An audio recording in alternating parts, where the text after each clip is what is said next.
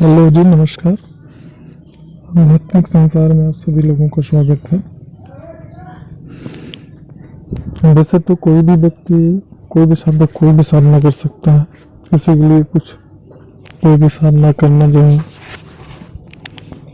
वो असंभव नहीं है। सभी साधना आपके योग्यता पर निर्भर करती हैं। किस विधि से आप साधना करना चाहते हैं, किस विधि से आप कर सकते हैं, यह पूर्ण रूप से आपके और आपके मार्गदर्शक के योग्यता पर निर्भर करता है। आप प्रारंभिक साधक हैं और मार्गदर्शक के मार्गदर्शन में साधना यदि कर रहे हैं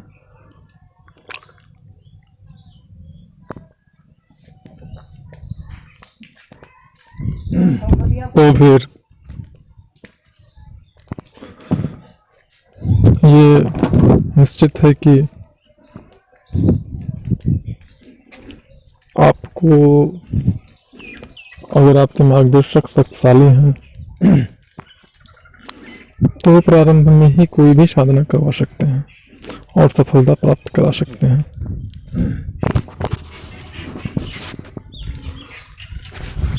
अप्सरा साधना में कुछ लोगों के ये प्रश्न थे या लोगों की यह सोच होती भी है, बहुत सारे लोगों की, कि यदि अप्सरा साधना आपने कर लिया तो फिर आप कोई और साधना नहीं कर सकते हैं, किसी और शक्ति का उपासना नहीं कर सकते हैं, पूजा नहीं कर सकते हैं।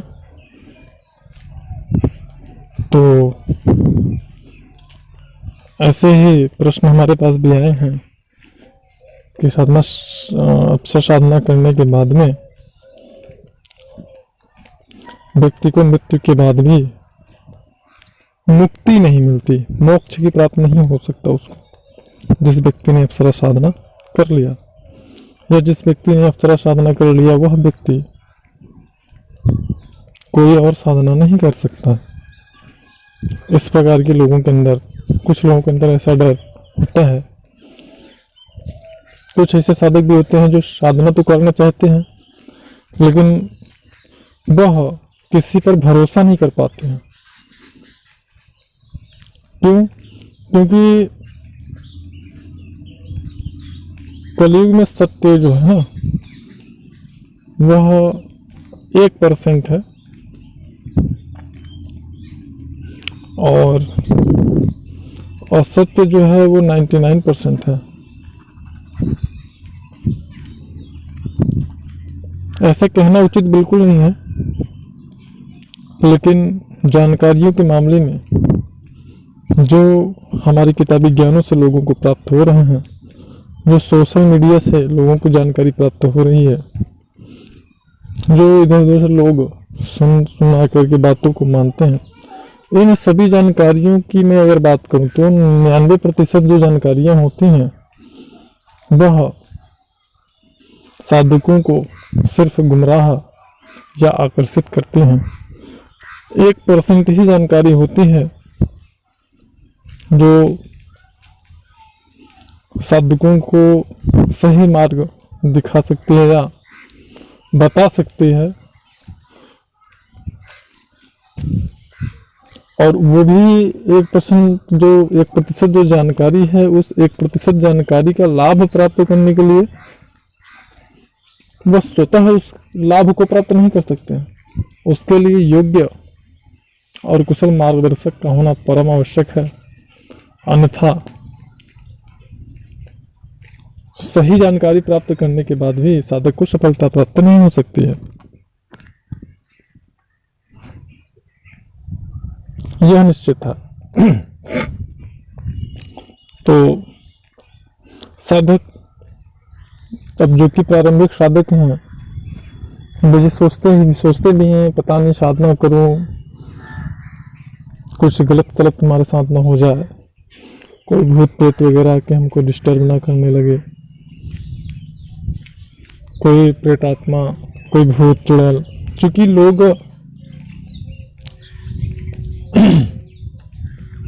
100% में जो 60% लोग होते हैं वो आध्यात्म पर विश्वास ही नहीं करते हैं।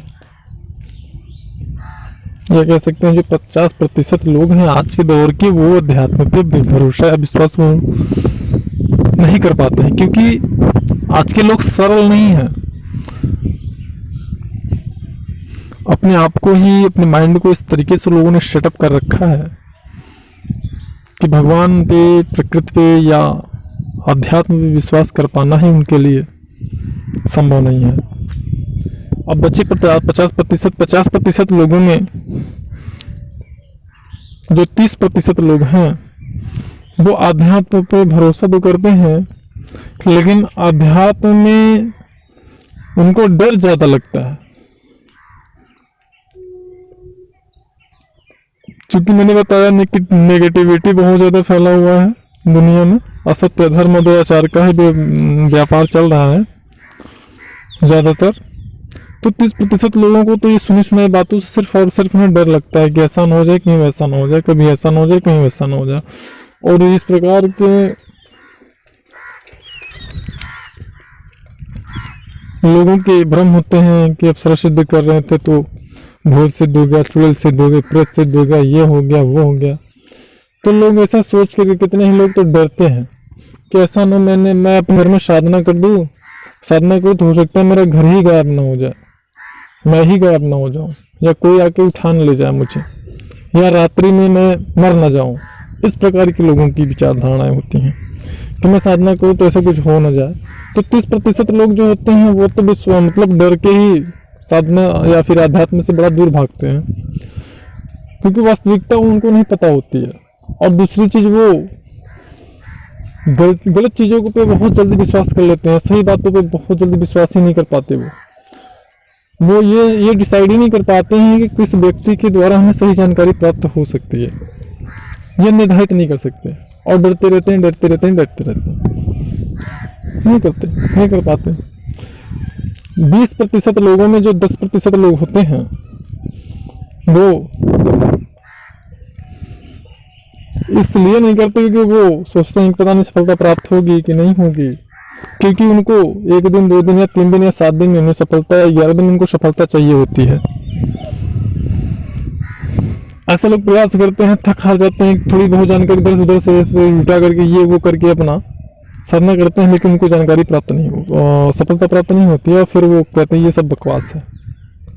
केवल बचे 10% में जो 5% लोग होते हैं वह ऐसे लोगों के चक्कर में पड़ के परेशान हो जाते हैं कि उनका विश्वास टूटने लगता है, जो उल्टी सीधी गलत प्रकार की जानकारी देते हैं। अब 5% लोग जो होते हैं वो सही वाले के पास सही जानकारी के साथ में और सही गुरु या मार्गदर्शक के साथ में मिलकर के साधना करते हैं, उनके संरक्षण, उनके देख रेख में साधना करते हैं, और उन्हें सफलता भी प्राप्त होती है।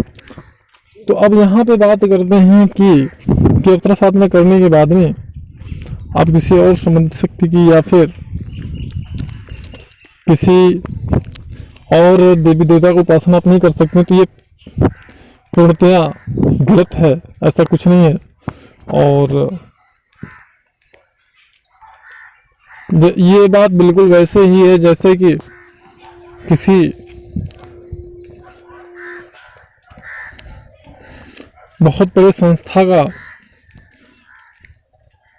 अगर कोई वॉचमैन है और आपकी दोस्ती उस वॉचमैन से हो गई, तो आप अपनी किसी समस्या को लेकर के उस संस्था के मालिक से नहीं मिल सकते। क्या ऐसा हो सकता है?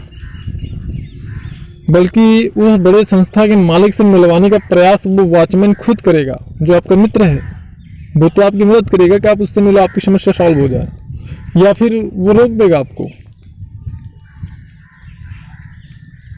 वो तो खुद चाहेगा कि आप मिलो, आपकी समस्या का समाधान हो।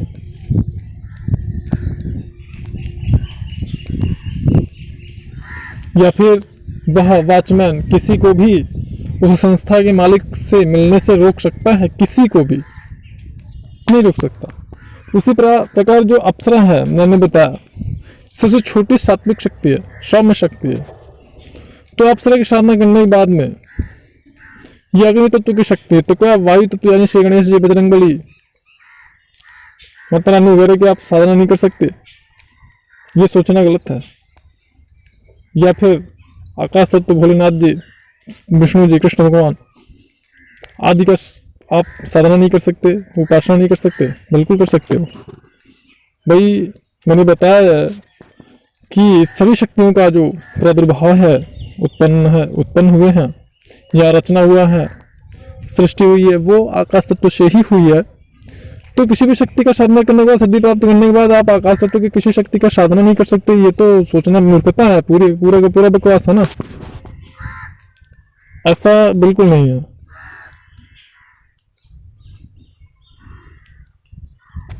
तो आप अप्सरा की सिद्धि प्राप्त करने के बाद में किसी भी शक्ति का, किसी भी देवी देवता का उपासना आवाहन बिल्कुल कर सकते हैं, साधना कर सकते हैं, मंत्र जाप कर सकते हैं। इसमें कोई आपको रोक नहीं सकता, कोई रुकावट नहीं, कोई दोष नहीं है। अब उसके बाद में बात ये होती है कि अप्सरा साधना करने के बाद में आपको मुक्ति प्राप्त नहीं होती है।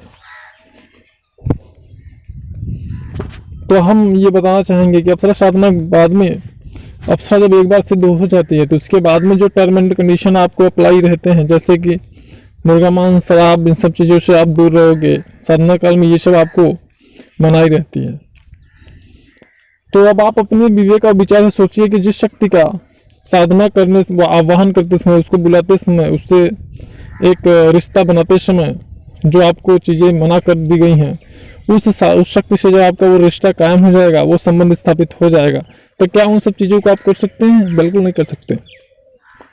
तो जैसे सिद्धि आपने प्राप्त कर ली, उसके बाद आप शराब पी रहे हो, मुर्गा खा रहे हो, मांस खा रहे हो, नशा कर रहे हो, मनमानी गलत प्रकार के आचरण व्यवहार कर रहे हो, आप बहुत सारे माताओं बहनों से आपने संबंध स्थापित कर रखा है, या इस प्रकार की जो चीज़ें हैं जो कि प्राकृतिक रूप से गलत हैं, झूठ बोलना, फ्रॉड करना, लोगों को तकलीफ देना, जब ये सारी चीज़ें करते रहते हो तो आपकी वो सिद्धि जो होती है वो स्वतः नष्ट हो जाती है।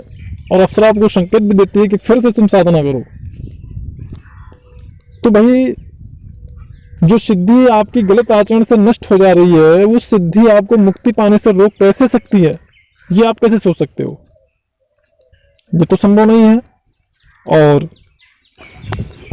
यदि इस प्रकार की जानकारी कोई देता है या बोलता है कि ऐसा होता है, तो यहाँ पर मैंने आपको प्रैक्टिकली ये चीज़ समझाने का प्रयास किया है कि ऐसा बिल्कुल नहीं होता है।